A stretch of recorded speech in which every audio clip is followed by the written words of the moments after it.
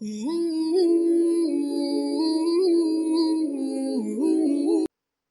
Friends, Ali science के YouTube channel पर आपका स्वागत है। हमने पिछले वीडियोज में पढ़ लिया था कि जो पानी है मृदा में किस टाइप का पानी, मिट्टी में किस किस टाइप का पानी होता है, कौन से पानी का उपयोग पादप करेंगे और कौन से पानी का उपयोग पादप नहीं कर सकते। उनके बाद में पढ़ लिया था जो प्लांट है वो कौन सा पार्ट है ये पानी का अवशोषण करेगा। इन सभी के बारे में हमने डिटेल से पढ़ लिया था, तो वीडियो देखना है। अब क्या होता है जब पानी जाइलम तक पहुंच जाएगा, यानी हमारे पास एक प्लांट है, ठीक है, और उसमें नीचे जड़ें हैं और जो रूट हेयर है, मूल रोम है, उसने पानी का अवशोषण कर लिया था और जाइलम तक पहुंचाया था। अब ये जाइलम तक पहुंचने के बाद में इस पानी को ऊपर की ओर भेजा जाता है, कहां पर, पत्तियों में और तनों तक, शाखाओं तक भेजा जाता है। इस प्रोसेस का नाम ही क्या होगा, रसारोहण, या इसका नाम हो जाएगा एसेंट ऑफ सेप कहते हैं, क्योंकि इसके साथ में पानी जो होता है, जल है, उसके साथ में लवण भी, जो मिनरल्स होते हैं ना, ये भी साथ में आते हैं। इस वजह से इसको हम जलारोहण न कह के रसारोहण कहते हैं। कंप्लीट है। तो रसारोहण की प्रोसेस परिभाषा क्या हो जाएगी, डेफिनेशन क्या हो जाएगी, जड़ों द्वारा अवशोषित जल का जाइलम के द्वारा उसके वायवीय भाग की ओर भेजना, पत्तियों और तनों तक भेजने की प्रक्रिया रसारोहण कहलाएगी। कंप्लीट है। अब रसारोहण की प्रक्रिया कौन करेगा, यानी इसमें रसारोहण का कार्य जाइलम करता है। अब जाइलम के भी क्या होते हैं, अलग अलग भाग होते हैं, आपने पढ़ा है जाइलम के 4 भाग। वाहिनी होता है यानी वेशल्स होते हैं, दूसरा होता है वाहिका यानी ट्रेकिड होते हैं, इनके अलावा इनमें होता है जो जाइलम के तंतु होते हैं और जाइलम पेरेनकाइमा, जाइलम पेरेनकाइमा होते हैं। ये सब जाइलम के पार्ट है। तो इसमें केवल वाहिनी और वाहिका, वाहिकी नहीं सॉरी वाहिका, वाहिका और वाहिनी, ये केवल 2 ही क्या होते हैं, जल का रसारोहण यानी जल को ऊपर की ओर भेजने का काम करेंगे। ठीक है, तो ये दोनों ही जल के जो रसारोहण में भाग लेंगे। अब हमें पता कैसे चलेगा कि ये दोनों ही भाग लेते हैं, इसके लिए हम क्या करते हैं, एक छोटा सा प्रयोग करते हैं। हम क्या करते हैं, एक बीकर लेते हैं, उसमें पानी भर देते हैं, ठीक है, पानी भरते हैं, इसके अंदर एक हम टहनी लगा देते हैं, ठीक है, एक स्टेम लगा देते हैं इस तरह, ठीक है, इसमें पत्तियां भी लगी हुई है और उसको हम स्टैंड के द्वारा फिक्स कर देते हैं। ठीक है, अब हम क्या करेंगे, इसके अंदर यहाँ पर एक डाई डाल देते हैं, ठीक है, डाई। अब डाई क्या हुई, डाई का मतलब हो गया कि डाई है वो कहते हैं अभिरंजक को, ठीक है, डाई या अभिरंजक कौन सी डाली है, इसमें सेफ्रेनिन नामक डाई डालेंगे, सेफ्रेनिन डाई डालते हैं। डाई क्या करते, कलरफुल कर देगी, यानी पूरा पानी कैसा हो जाएगा, कि पूरा पानी है गुलाबी लाल हो जाएगा, ठीक है, गुलाबी लाल हो जाएगा। अब इनमें क्या है कि जैसे ही ये पानी ऊपर की ओर चढ़ता है तो जो जाइलम वाहिनी और वाहिकाएं भी क्या हो जाती है, लाल कलर की हो जाती है। इससे हमें पता चल जाएगा कि जाइलम वाहिनी और वाहिकाएं ही क्या करती है, पानी का रसारोहण करती है। इसका दूसरा प्रयोग किया था डिक्सन ने, ठीक है, इन्होंने क्या किया, जो जाइलम है उनको क्या किया, मोम के द्वारा बंद कर दिया, यानी वाहिनी और वाहिकाओं को मोम के द्वारा बंद कर दिया। अब मोम के द्वारा बंद हो गया तो पानी ऊपर की ओर नहीं चढ़ा और पत्तियां मुरझाने लग गई, तो इसे हम क्या कह देंगे कि जाइलम के द्वारा ही क्या होता है, पानी ऊपर की ओर चढ़ता है, यानी रसारोहण होता है। कंप्लीट है। अब यहाँ एक क्वेश्चन बनता है कि जैसे हमारे शरीर की अगर बात करें तो अपने रक्त को मस्तिष्क तक पहुंचाना है, ये काम कौन करेगा, रक्त को पंप करता है हमारा हृदय। इसी तरह अगर आपके पास में जैसे आपके कोई इमारत है, इस तरह बहुमंजिला इमारत है और यहाँ टैंक रखा हुआ है और एक यहाँ से पानी ऊपर भेजना है, तो क्या करना पड़ेगा, पंप लगाना पड़ेगा। पंप के द्वारा ही तो पानी ऊपर जाएगा, बगैर पंप के नहीं जाएगा। तो यहाँ ऐसा प्लांट में क्या होता है जिसके द्वारा पानी ऊपर चला गया, तो प्लांट में कोई ऐसी कोई विशेषता होती है क्या जिससे पानी ऊपर की ओर जाएगा। तो इसके लिए क्या किया गया, अलग अलग वैज्ञानिकों ने अलग अलग हाइपोथेसिस दी है, ठीक है, मैं कह रहा हूँ हाइपोथेसिस, परिकल्पना जिसको हम कहते हैं। अब क्वेश्चन बन गया, परिकल्पना क्या होती है, अगर आपको पता है तो कमेंट करके हमें जरूर बताएं किसे कहते हैं। अगर आपको नहीं पता है तो आप कमेंट में क्वेश्चन पूछें, आपको अगले वीडियो के अंदर में इसके बारे में आपको डिटेल से बता दूंगा कि हाइपोथेसिस किसे कहते हैं, परिकल्पना किसे कहते हैं। तो अलग अलग हाइपोथेसिस दी गई है और अब हम उनके बारे में ही विस्तार से जानेंगे। ठीक है, ओके। तो एसेंट ऑफ शेप या रसारोहण यानी पानी को ऊपर चढ़ने के लिए कौन सी प्रक्रिया पादप अपनाता है, कौन सी प्रोसेस इसमें होती है, उसके लिए अलग अलग परिकल्पनाएं दी गई है, हाइपोथेसिस दी गई है, उनके बारे में जानते हैं। जिसे पहली कहलाती है जैव बल सिद्धांत। जैव बल सिद्धांत या इसको हम कहते हैं वाइटल फोर्स थ्योरी,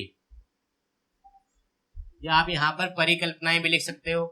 दूसरा है मूल दाब सिद्धांत। वैसे सिद्धांत नहीं है, ये हाइपोथेसिस है, परिकल्पनाएं हैं ये, जिसको हम कहेंगे रूट प्रेशर थ्योरी। ठीक है। थर्ड इसके अंदर होता है भौतिक बल सिद्धांत। भौतिक बल सिद्धांत या फिजिकल फोर्स थ्योरी। तो तीन थ्योरी है, तीन इसमें परिकल्पनाएं वैसे है ये, तो इनके बारे में हम डिटेल से जानेंगे। तो चलिए, ओके। अब हम जानते हैं जैव बल सिद्धांत क्या होता है, वाइटल फोर्स थ्योरी क्या है। इस थ्योरी के अकॉर्डिंग क्या होता है, इसके अकॉर्डिंग कि जो प्लांट की जीवित सेल है, ठीक है, जीवित कोशिकाएं हैं, लिविंग सेल है, ठीक है, उनके द्वारा ही जल का रसारोहण होता है। इनके द्वारा, जीवित कोशिकाओं के द्वारा ही जल का रसारोहण होता है। तो ये क्या कहता है कि जैव बल सिद्धांत के अनुसार जीवित कोशिकाओं के द्वारा ही जल को ऊपर की ओर पहुंचाया जाता है। इसके अंतर्गत हम दो हाइपोथेसिस पढ़ते हैं। पहला है, उसको हम कहते हैं रिले पंप सिद्धांत। रिले पंप सिद्धांत, रिले पंप सिद्धांत, रिले पंप थ्योरी। और दूसरा इसके अंदर होता है, उसको कहेंगे स्पंदन सिद्धांत। स्पंदन सिद्धांत या पल्सेशन थ्योरी। ठीक है, इसका नाम क्या हो गया, रिले पंप थ्योरी, और इसका क्या नाम हो गया, पल्सेशन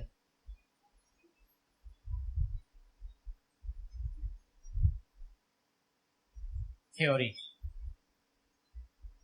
ठीक है, तो ये दो थ्योरी है, इसका हम स्टडी करेंगे। तो देखिए, रिले पंप जो सिद्धांत है, वो एक साइंटिस्ट है जिनका नाम है बोर्डलेवस्की।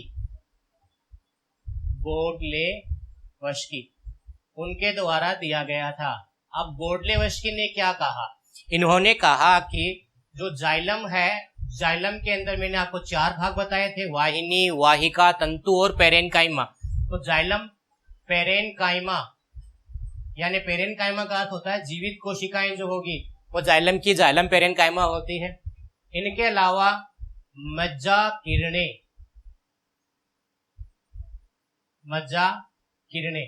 अब मज्जा किरणें क्या है वो देखें। आपने 11th क्लास में पढ़ा था कि हमारे पास जो शैवन पूल होता है, वेस्कुलर बंडल है, उसमें इस तरह जाइलम पाया जाता है। ठीक है, इस तरह जाइलम है, ठीक है, इस तरह जाइलम पाया जाता है। उनके बीच बीच में फ्लोएम होता है, ठीक है, उनके बीच में फ्लोएम। अब जाइलम और फ्लोएम के बीच में जो कोशिकाएं होगी यहाँ की, इस तरह, इनका नाम होता है मज्जा किरणें कोशिकाएं। ठीक है, मज्जा किरणें या पित्त रे, जिनको पित्त भी कहते हैं, पित्त। ठीक है, तो जाइलम, पेरेनकाइमा और पित्त जो है, मज्जा किरणें हैं, उनकी कोशिकाएं कैसी होती है, ये कोशिकाएं जीवित कोशिका होती है और इनमें कोई क्रियाएं होती है, यानी पराशरणी क्रियाएं होती है, ऑस्मेटिक प्रोसेस होते हैं। पराशरणी क्रियाओं का मतलब हो गया कि इनमें प्राशरण दाब अधिक हो रहा है, कभी कम हो रहा है, कभी प्राशरण सांद्रता बढ़ गई, कभी कम हो गई। इनके कारण ही पानी ऊपर की ओर चढ़ता है। ठीक है, तो हम क्या कह देंगे, बोर्डलेवस्की ने रिले पंप सिद्धांत दिया था। इसके अनुसार जाइलम, पेरेनकाइमा और मज्जा यानी पित्त की जो जीवित कोशिकाएं हैं, उनमें पराशरणी क्रियाओं के द्वारा ही रसारोहण होता है, अर्थात पानी ऊपर की ओर चढ़ता है। कंप्लीट है। तो ये हो गया रिले पंप सिद्धांत। दूसरा है स्पंदन सिद्धांत। स्पंदन जो सिद्धांत है ये दिया गया था, भारतीय वैज्ञानिक है सर जेसी बोस। ठीक है, उन्होंने क्या किया, सर जेसी बोस ने क्या किया, जो एक प्लांट है जिनका नाम है भारतीय टेलीग्राफ प्लांट, भारतीय टेलीग्राफ पादप, भारतीय टेलीग्राफ प्लांट है। ठीक है, उस पर स्टडी की थी इसने, इंडियन टेलीग्राफ प्लांट पर स्टडी किया था जेसी बोस सर ने। और इन्होंने क्या किया, इन्होंने जो गैल्वेनोमीटर होता है ना, आप फिजिक्स में पढ़ते हो, गैल्वेनोमीटर, गैल्वेनोमीटर लगाकर बताया कि जो प्लांट के अंदर एंडोडर्मिस, ठीक है, उसके पास की जो वलकुट की कोशिकाएं हैं। अब इसका मतलब देखिए क्या है, मैंने आपको पिछले वीडियो में बताया था, अगर हम जड़ की बात कर रहे हैं, सबसे बाहर की तरफ तो होती है बाह्य त्वचा, जिसको एपिब्लेमा या मूल्य त्वचा कहते हैं। उसके बाद में स्टार्ट होती है कॉर्टेक्स। ठीक है, कॉर्टेक्स की कोशिकाएं, कॉर्टेक्स का सबसे इनर पार्ट में रहेगा एंडोडर्मिस। यहां पर इसमें क्या है, ये एंडोडर्मिस बना रहा हूं मैं यहाँ, तो एंडोडर्मिस की कोशिकाएं होती है इस तरह। फिर परिरंभ की कोशिकाएं। तो जो जेसी बोस ने क्या कहा, वलकुट के सबसे अंदर की ओर कोशिकाएं, यानी ये वाली कोशिकाएं जो एंडोडर्मिस के पास होती है। ठीक है, ये एंडोडर्मिस है हमारे पास, वलकुट को हम कॉर्टेक्स भी कहते हैं। तो एंडोडर्मिस के पास की जो कॉर्टेक्स है, वलकुट है, उसकी कोशिकाएं हैं, इनमें स्पंदन होता है।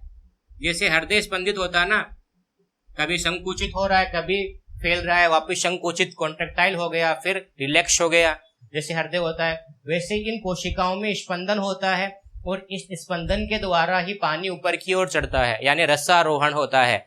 तो ये प्रक्रिया किसने कहा था, सर जेसी बोस ने। इस सिद्धांत का नाम हो गया स्पंदन सिद्धांत या पल्सेशन थ्योरी। तो ये क्या है, दोबारा रिपीट कर देते हैं। इस सिद्धांत के अनुसार जो हमारे पास प्लांट है, उसकी वलकुट की कोशिकाएं जो सबसे अंदर की ओर होती है, एंडोडर्मिस के पास होती है, उनमें स्पंदन होने से पानी ऊपर की ओर चढ़ता है। कंप्लीट है। लेकिन ये दोनों ही सिद्धांत है, ये अमान्य हो गए। क्यों? एक साइंटिस्ट है जिनका नाम है स्टार्सबर्गर, स्टार्सबर्गर। हाँ, आप जो आरबीएससी की किताबें हैं उसमें इसका नाम स्टार्सबर्गर दिया हुआ है। तो देखिए इसका नाम इस तरह है, ये BURGER। तो कई आप किताब ने बर्जर दे दिया, वरना सही नाम इसका स्टार्सबर्गर होता है। ठीक है, उन्होंने क्या किया, इन्होंने कहा कि अगर प्लांट के अंदर हमारे पास जो पादप है उसमें क्या डाल दें, पिक्रिक अम्ल डाल दें, पिक्रिक अम्ल यानी पिक्रिक एसिड डाल दिया प्लांट के अंदर, तो प्लांट है उसकी सेल जो कोशिकाएं होती है वो मर जाती है, मृत हो जाती है। ठीक है, यानी कोशिकाएं मर गई। उसके बाद में पानी है ऊपर की ओर चढ़ता है, यानी रसारोहण फिर भी होता है। अगर हमने क्या किया, पिक्रिक अम्ल डाल दिए प्लांट के अंदर, तो उसकी कोशिकाएं हैं ये मर जाएगी, तो जीवित कोशिकाएं तो रहेगी नहीं हमारे पास, फिर भी रसारोहण हो रहा है। इसका मतलब जीवित कोशिकाओं के द्वारा रसारोहण नहीं होता। तो ये दोनों सिद्धांत अमान्य हो गए, यानी जैव सिद्धांत अब सिद्धांत नहीं कहलाएगा, परिकल्पना कहलाएगा, केवल हाइपोथेसिस कहलाएगा। कंप्लीट है। अब हम सेकंड पढ़ते हैं जिसका नाम क्या है, मूल दाब सिद्धांत, रूट प्रेशर थ्योरी। ओके, तो अब हम जानते हैं मूल दाब सिद्धांत क्या होता है, रूट प्रेशर थ्योरी क्या है। एक साइंटिस्ट है जिनका नाम है प्रिस्टले, और इन प्रिस्टले ने क्या किया, कहा था कि जैसे हमारे पास ये प्लांट है, ठीक है, उसकी जड़ें हैं, उसको हमने जूम करके देखा इतना भाग, ठीक है, उनका अनुप्रस्थ काट कर TS काटा है हमने, उसको देखा है। तो सबसे बाहर की तरफ मूल्य त्वचा दिखेगी, फिर कॉर्टेक्स आता है, ठीक है, कॉर्टेक्स की कोशिकाएं हैं, और कॉर्टेक्स की कोशिकाओं के अंदर की ओर अगर हम देखें तो कोशिकाएं जो होगी उनका नाम होता है एंडोडर्मिस की कोशिकाएं। ठीक है, कॉर्टेक्स के बाद में यानी वलकुट के बाद में एंडोडर्मिस की कोशिकाएं, उसके बाद में आती है परिरंभ की कोशिकाएं, और परिरंभ के बाद में है जाइलम। ठीक है, तो इन्होंने क्या कहा, जब जल है ये वलकुट की कोशिकाओं में प्रवेश करता है तो इनमें दाब बढ़ जाता है, और इस दाब के बढ़ने से जल है ये पास वाली कोशिकाओं से होता हुआ जाइलम तक पहुंच जाएगा। लास्ट में कहाँ तक पहुंचेगा, जाइलम में पहुंचेगा। यहाँ पर भी दाब यानी प्रेशर है ये बढ़ जाएगा, जाइलम की कोशिकाओं में दाब इंक्रीज हो जाएगा, और यह दाब क्या कहलाएगा? इस दाब को हम कह देंगे रूट प्रेशर यानी मूल दाब कहते हैं। और इसी मूल दाब के कारण जाइलम से जल है ये ऊपर की ओर चढ़ता है यानी रसारोहण होता है। लेकिन इनका ये प्रिस्टले का ये सिद्धांत भी अमान्य रहा। क्यों? क्योंकि अगर हम मूल दाब को वैसे नाप सकते हैं, एक मीटर है जिसका नाम है मैनोमीटर। मैनोमीटर के द्वारा जब हम मूल दाब को नापते हैं तो वो हमें 2 एटीएम प्राप्त होता है, 2 वायुमंडलीय दाब प्राप्त होता है। अगर ऊंचे पादप है, ठीक है, उनके लिए कम से कम 12 एटीएम वायुमंडलीय दाब की आवश्यकता होती है। 12 एटीएम वायुमंडलीय जो दाब है उसकी आवश्यकता होती है।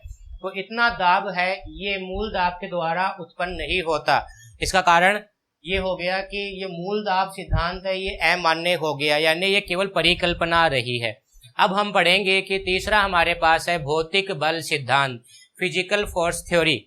देखिए, भौतिक बल सिद्धांत में 2-3 अलग अलग परिकल्पनाएं आती हैं, जिसमें हम सिद्धांत जो पढ़ेंगे केवल एक पढ़ेंगे जिनका नाम है डिक्सन व जोली का सिद्धांत।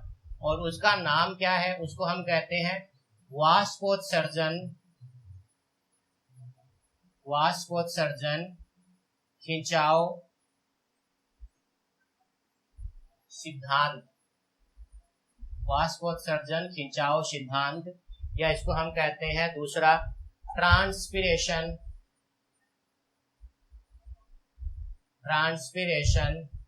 पुल थ्योरी। ठीक है, ये थ्योरी किनके द्वारा दी गई थी?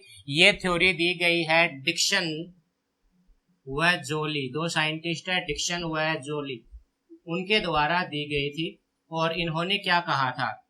इन्होंने कहा था कि जो पादप का जो पत्तियां हैं, ठीक है, उनमें क्या होता है? वाष्पोत्सर्जन होता है, उनमें वाष्पोत्सर्जन होता है, यानी जल है ये वाष्प के रूप में बाहर निकलता है, ट्रांसपिरेशन होता है। अब ये ट्रांसपिरेशन वाष्पोत्सर्जन क्या है, इसके बारे में डिटेल से हम अगले वीडियो में पढ़ेंगे। नया चैप्टर स्टार्ट हो जाएगा, उसके अंदर हम पढ़ेंगे। तो वाष्पोत्सर्जन के कारण क्या होता है? पादप में, पत्तियों में क्या हो जाएगी? पानी की कमी हो जाती है, और पानी की कमी से एक खिंचाव उत्पन्न होता है, और इस खिंचाव का नाम होता है वाष्पोत्सर्जन खिंचाव या ट्रांसपिरेशन पुल कहते हैं इसके अलावा इसको। इनके अलावा क्या होता है कि जैसे जल का एक अणु है, ये अणु दूसरे अणु के साथ में अट्रैक्शन रहता है, आकर्षण रहता है, यानी जल का एक अणु दूसरे अणु के साथ में क्या रखेगा? आकर्षण रखता है। इसको हम कहते हैं सहसंजन या कोहेंशन कहते हैं इसको। तो अगर जैसे जल का एक अणु, जैसे जाइलम है, उसमें एक अणु ऊपर की ओर चढ़ गया, किसके कारण? इस खिंचाव के कारण एक अणु ऊपर की ओर चढ़ गया, तो वो क्या करेगा? दूसरे अणु को खींचेगा, दूसरा अणु तीसरे को खींचेगा, तीसरा चौथे को खींचेगा। इस प्रकार लगातार जल है ये जाइलम में इस तरह बना रहेगा, और इसको हम क्या कह देते हैं? इसको हम कह देंगे जल स्तंभ। ठीक है, एक जल स्तंभ बन जाएगा जाइलम में, और जल ऊपर की ओर चढ़ता है। तो यहाँ पर इसको हम क्या कहेंगे? सहसंजन बल, पूरा नाम होगा सहसंजन बल। तो वाष्पोत्सर्जन खिंचाव क्या कर रहा है? पानी को ऊपर की ओर खींच रहा है, और सहसंजन बल क्या कर रहा है? पानी के अणु को साथ में रखने का कार्य कर रहा है। ठीक है, इनके अलावा क्या होगा कि जो पानी है, जैसे यहाँ पर जो वाहिनी है, जैसे ये हमारे पास जाइलम की वाहिनी है, उसमें पानी ऊपर चढ़ रहा है, तो पानी है जाइलम की जो वाहिनी है, जाइलम की जो वाहिनी की कोशिकाएं हैं, जाइलम वाहिनी की क्या कोशिकाएं हैं, और प्लस जल, ठीक है, प्लस जल, इनके बीच में भी आकर्षण बल रहता है, जिसको हम कहते हैं आसंजन। ठीक है, तो आसंजन, सहसंजन और वाष्पोत्सर्जन खिंचाव के कारण पानी ऊपर की ओर खींचा जाता है। ठीक है, वाष्पोत्सर्जन खिंचाव सिद्धांत को हम एक डायग्राम के द्वारा समझ सकते हैं। ये हमारे पास पादप है, ठीक है, एक प्लांट है, नीचे इसकी जड़ें हैं, इसमें यहाँ पर क्या हो रहा है? वाष्पोत्सर्जन हो रहा है, ट्रांसपीरेशन हो रहा है। ठीक है, पानी बाहर निकल गया इससे, तो यहाँ पर क्या हो जाएगा? एक खिंचाव उत्पन्न हो जाएगा, ट्रांसपीरेशन पुल उत्पन्न हो रहा है। ठीक है, पानी को ये क्या करेगा? ऊपर की ओर खींचेगा। नीचे जब पानी आएगा, जाइलम के अंदर आएगा, तो पानी जब जाइलम में आएगा तो यहाँ पर क्या उत्पन्न हो जाएगा? मूल दाब उत्पन्न हो जाएगा, यानी रूट प्रेशर है ये जनरेट हो जाएगा। ये पानी को ऊपर धकेलेगा, ये पानी को ऊपर खींच रहा है, ठीक है। इनके अलावा क्या है, जाइलम है और जो पानी के अणु है उनके मध्य क्या है, आकर्षण है, जिसका नाम होता है सह आसंजन बल, एडहेंशन फोर्स। और पानी के अणुओं के आपस में भी होता है, उनको हम क्या कहते हैं, सहसंजन बल, कोहेंशन फोर्स। ये क्या करेगा, जाइलम के और पानी के अणुओं को साथ में रखेगा। ये क्या करेगा, पानी के अणुओं को साथ में रखेगा, तो ये ऊपर की ओर खींच रहा है, ये उनको साथ में रखेगा, ये ऊपर की ओर धकेल रहा है, इस कारण जल ऊपर की ओर चढ़ता है। तो ये सब दाब है, इनको हम कह देंगे भौतिक बल। इन भौतिक बल के कारण ऊपर की ओर जल खिंचता है। तो आशा करते हैं कि आपको ये समझ में आया होगा। अगर कोई क्वेश्चन है आप बेझिझक कमेंट में पूछ सकते हो, और आपको अगर ये वीडियो कैसा लगा है, आपको समझ में आया है, तो इसका भी आप जवाब हमें कमेंट में देना है।